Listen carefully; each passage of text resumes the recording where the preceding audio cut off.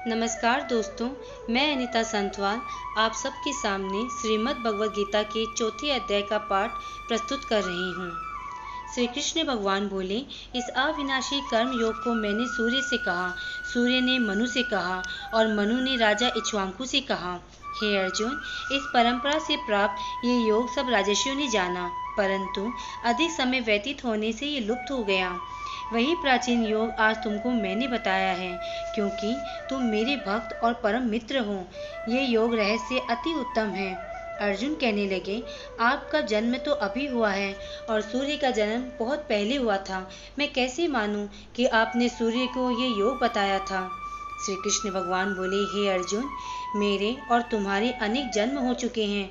तुझे याद नहीं है, तुम भूल गए हो, परंतु मुझे याद है। जन्म से रहित अविनाशी संपूर्ण प्राणियों का स्वामी अपनी प्रकृति में स्थित हूँ, तथापि अपनी माया से जन्मता हूँ।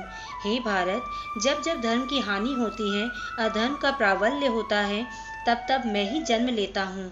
साधुओं की रक्षा, पापियों का नाश और धर्म की स्थापना करने के लिए प्रत्येक युग में जन्मता हूँ। जो मेरे इस अलौकिक जन्म और कर्म का तत्व जानता है, वह मृत्यु होने पर फिर मुझ में जन्म नहीं लेता और मुझ में ही लीन हो जाता है। इस भांति मोह, भय और क्रोध को त्याग कर मुझ में ही भक्ति करके और मेरी शरणागति को बहुत से मनुष्य ज्ञान रूपी तप से पवित्र होकर मुझ में ही मिल गए हैं। जो जिस भाव से मेरा पूजन करता है, उसको मैं उसी प्रकार का फल देता हूँ। हे पार्थ, मनुष्य सब प्रकार से मेरे मार्ग का अनुसरण करते हैं, अर्थात ये चाहे जिसकी सेवा करें, वे मेरी ही सेवा है। मनुष्य लोक में कर्म सिद्धि की इच्छा करने वाले देवताओं का पूजन करते हैं, क्योंकि इस लोक में कर्म की सिद्धि शीघ्र होती है। मेरे चारों वर्णों की सृष्टि अपने अपने गुण और कर्म से की है। सृष्टि का कर्ता मैं हूँ, तथापि मुझे अकर्ता अविनाशी जानो। कर्म मुझको वृद्ध नहीं कर सकते, तथापि कर्म फल में मेरी कामना नहीं है। इस प्रकार जो मुझको पहचानता है, वह कर्मों के बंधन में नहीं पड़ता। अतएव पूर्व पुरुषों के किए हुए कर्म को तू ही कर। हे अर्जुन, कर्म क्या है और अकर्म क्या है, इसके विचार में विद्वान की बुद्धि भी चकरा जाती है। उसी कर्म का वर्णन मैं तुमसे करूंगा, जिसके जानने से संसार के बंधन छूटकर मोक्ष के भागी होंगे। कर्म, विकर्म और अकर्म तीनों का जानना आवश्यक है, क्योंकि कर्म की गति अति गंभीर है। हे अर्जुन, जो कर्म करने की कोई कामना नहीं रखता, जिसके समस्त कर्म ज्ञान रूपी अग्नि से भस्म निर्मल हो गए हैं, उसको पंडित कहते हैं। जो कर्म फल की आशा छोड़कर करता है, उनमें आसक्ति भी नहीं रखता है और निराश्रय ही संतुष्ट रहता है, ऐसा मनुष्य कर्मों में घिरा रहने पर भी मानो कुछ नहीं करता। देव योग से जो कुछ मिल जाए, उसी में संतुष्ट रहता है। जो हर्ष, शोक आदि द्वंद्वों से मुक्त है तथा किसी से ईर्ष्या नहीं करता, कर्म की सिद्धि या असिद्धि में भेद नहीं समझता, वह कर्म करता हुआ भी मुझ में नहीं बंधता। जो फल की इच्छा नहीं रखता, वह वासना से दूर हो गया है। ज्ञान में जिसका मन अचल है, जो यज्ञ के कर्म करता है, वे सब कर्म लुप्त हो जाते हैं। हवन करने का पदार्थ भी ब्रह्म है, आहुति देने वाला भी ब्रह्म है। इस प्रकार जिसकी बुद्धि में सब कर्म ज्ञान में है, उसी को ब्रह्म प्राप्त होता है। कोई कोई कर्म योगी देवताओं की पूजा करते हैं और ज्ञानी योगी ब्रह्म रूप अग्नि में यज्ञ रूप में हवन कर परमात्मा का भजन करते हैं। कोई ऐसे हैं जो अपनी इंद्रियों को तथा कर्मों को संयम रूप अग्नि में होम देते हैं, और कितने ही इंद्रियां रूप अग्नि में इंद्रियों के रूप शब्दादि विषयों को होम देते हैं। कितने ही लोग इंद्रियों के सब कर्मों को और प्राणों के कर्मों को आत्मज्ञान से प्रज्वलित स्वयं रूप अग्नि में होम देते हैं। कोई तो द्रव्य यज्ञ करते हैं, कोई तप यज्ञ, कोई कर्म योग और कोई योग यज्ञ, कोई स्वाध्याय, कोई ज्ञान रूपी यज्ञ करते हैं। कोई प्राणायाम में तत्पर रहने वाले योगी प्राण और अपान वायु में प्राण को रोकते हैं और प्राण वायु में अपान वायु का लय करते हैं। कोई आहार को निरंतर कम करके प्राण को होमते हैं, वह यज्ञवेता है, और यज्ञ ही इनके सब पाप नाश हो जाते हैं। जो यज्ञ में बचे हुए अमृत रूप अन्न को खाते हैं, वे सनातन ब्रह्म को प्राप्त होते हैं। हे अर्जुन, जो यज्ञ नहीं करते, उनको ये लोक और परलोक दोनों ही नहीं हैं।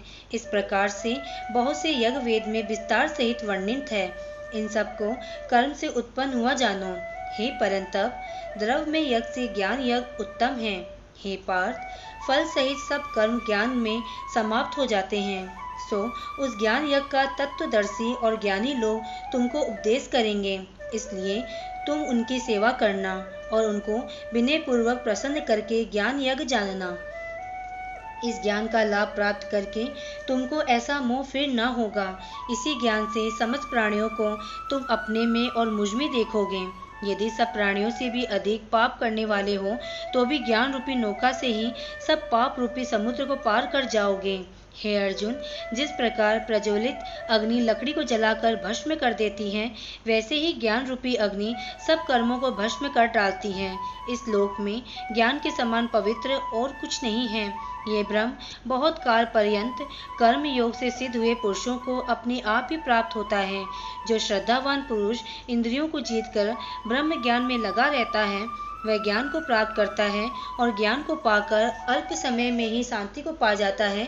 अज्ञानी, श्रद्धा रहित और जिनके मन में संदेह है, ऐसे जो पुरुष है वह नष्ट हो जाते हैं। जिनके मन में संदेह रहता है, उनको ये लोक, परलोक और सुख कुछ भी प्राप्त नहीं होता।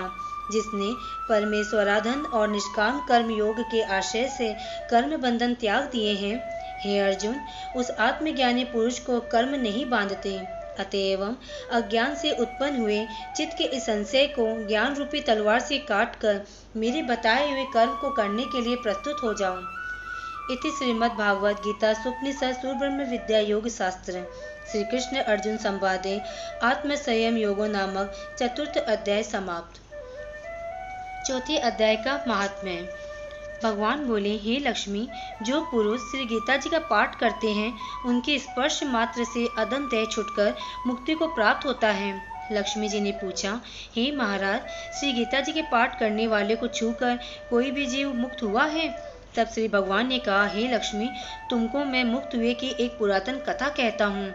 भागीरथी गंगा जी के तट पर एक काशीपुरी नगर है। वहाँ एक वैष्णव श्री गीता जी के चौथे अध्याय का पाठ किया करता था। एक दिन वह साधु वन में गया। वहाँ बेरियों के 2 वृक्ष थे, उनकी बड़ी छाया थी। वह साधु वहाँ बैठ गया और बैठते ही उसको निद्रा आ गई। एक बेरी उसके पाँव लगी और दूसरे के साथ सिर लग गया। वे दोनों बेरियां आपस में कांपकर पृथ्वी पर गिर पड़ी। पत्ते उनके सूख गए। परमेश्वर की इच्छा से वे दोनों बेरियां ब्राह्मण के घर 2 पुत्रियां हुईं। हे लक्ष्मी, बड़े उग्र प्राणियों के करने से जो मनुष्य देह मिलती है, फिर ब्राह्मण के घर जन्म लेके उन दोनों लड़कियों ने तपस्या करनी आरंभ की। जब वह दोनों बड़ी हुई, तब उनके माता पिता ने कहा, हे पुत्रियों, हम तुम्हारा विवाह करते हैं। तब उन दोनों माता पिता से कहा कि विवाह नहीं करेगी। उनको अपने पिछले जन्म की खबर थी। वह जाति में सुंदर जन्मी थी। उन्होंने कहा कि एक हमारे मन में कामना है, परमेश्वर वह पूर्ण करे। तब बहुत भली भांति बात उन्हें अच्छी लगी। उनके मन में यही था कि वह साधु जिसके स्पर्श करने से हमारी अधम देह छूट गई है, ये देह मिली है, वह मिली तब वह बहुत भला हुआ। इतना विचार कर दोनों लड़कियों ने माता पिता से तीर्थ यात्रा करने की आज्ञा मांगी। तब माता पिता ने तीर्थ यात्रा की आज्ञा दी। तब उन दोनों कन्याओं ने माता पिता के चरण वंदना करके गमन किया। तीर्थ यात्रा करते करते वे बनारस पहुंच गईं। वहां जाकर देखा वह तपस्वी बैठा था, जिनकी कृपा से हम बेरी के देह से छूटी हैं। तब दोनों कन्याओं ने चरण वंदना करके विनय करी, हे संत जी, धन्य हो आपने हमको कृतार्थ किया है। तब उस तपस्वी ने कहा, तुम कौन हो? मैं तुमको नहीं पहचानता। कन्याओं ने कहा, हम आपको पहचानती हैं। हम पिछले जन्म में बेरियों की योनि में थी। तुम एक दिन वन में आए, तुमको बहुत धूप लगी थी, तब बेरियों के छाए तले आ बैठे थे। लंबासन होने से एक बेरी से आपके चरण लगे, दूसरे को सिर लगा। उसी समय हम बेरी के देह से मुक्त हो गई। तुम्हारी कृपा से हमारी गति हुई है। श्री गीता जी के चौथे अध्याय का ऐसा महात्म्य है। तब वह मन, वचन, कर्म से नित्य प्रति पाठ करने लगा। तब श्री नारायण जी ने कहा, हे लक्ष्मी, ये चौथे अध्याय का महात्म्य है जो मैंने तुम्हें सुनाया है। ओम नमो भगवते वासुदेवाय।